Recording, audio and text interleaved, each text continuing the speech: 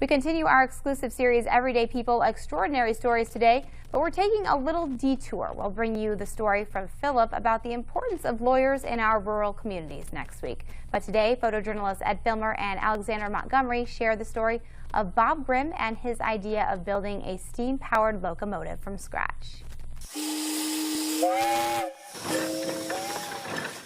When I was a kid, we lived down in New Underwood, not too far from the track. And then I just thought it'd be fun to have a locomotive of my own that I could put in parades. That's the plan. If it works, we'll see. Bob Grimm has spent the last 8 of his 85 years building this locomotive.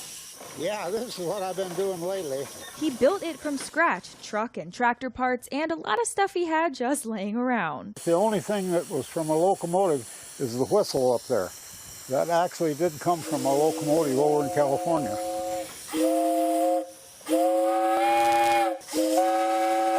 Yeah, that's the whole thing, is having a whistle. So it ain't supposed to do that. I never heard those kind of noises before, so I'll have to figure out what's making it. It's locked up for some reason. I don't know what's locked up.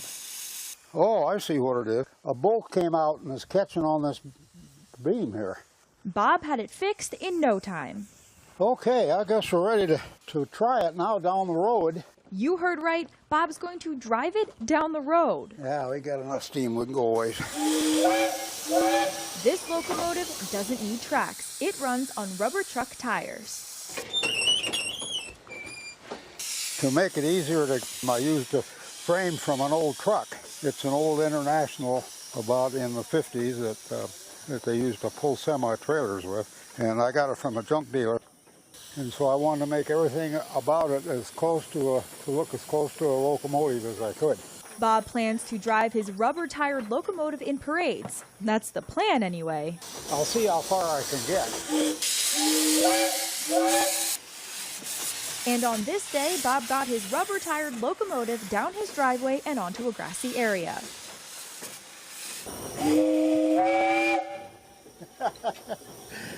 Boys have fun with their toys, don't they? And Bob Grimm's new toy, a locomotive that doesn't need tracks. Alexandra Montgomery, KOTA Territory News. How fun. Well, one of the sights that will get attention at this year's Central States Fair is a steam locomotive built by one of the longtime mainstays of the fair. Black Hills Fox reporter Al Van Zee has that story. Bob Grimm is a self-trained engineer who's been building and rebuilding unique old engines for years. His antique engines are machines from as long as 100 years ago, when such engines were used for common everyday tasks before the days of electricity.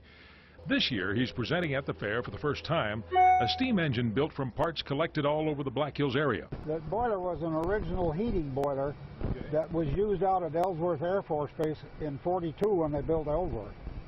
So it got replaced with something bigger, and then it went to a sawmill up to Bob Ham's sawmill, and then I got it at his sale. Bob Grimm says his locomotive runs on wood salvaged from bug-killed trees in the Black Hills. He says the project has been in the works for over a decade, and about a dozen of his friends have worked on the locomotive project from time to time. Well, we're going to have it here all during the fair. Okay. Yeah, I'll probably take it back on Monday next week. So, yeah, we're going to try to have it operating here. Bob says he wants to show the capability of the engine. He also wants to give the public a glimpse into how things worked a century ago. He says he hopes to have enough room at the fair to actually drive it around a bit. Al Van Zee, Black Hills Fox News. It turned out to be a beautiful morning for the Central States Fair Parade through downtown Rapid City this morning. As the kids lined the street waiting for candy thrown from the floats and vehicles, marching bands played and political candidates worked the crowds shaking hands. There were fire trucks and antique cars, but there was also a homemade steam engine driven by antique engineer Bob Grimm. The parade took the usual route through Main Street and turned back to the east on St. Joseph Street. The parade is always a great way to start the Central States Fair.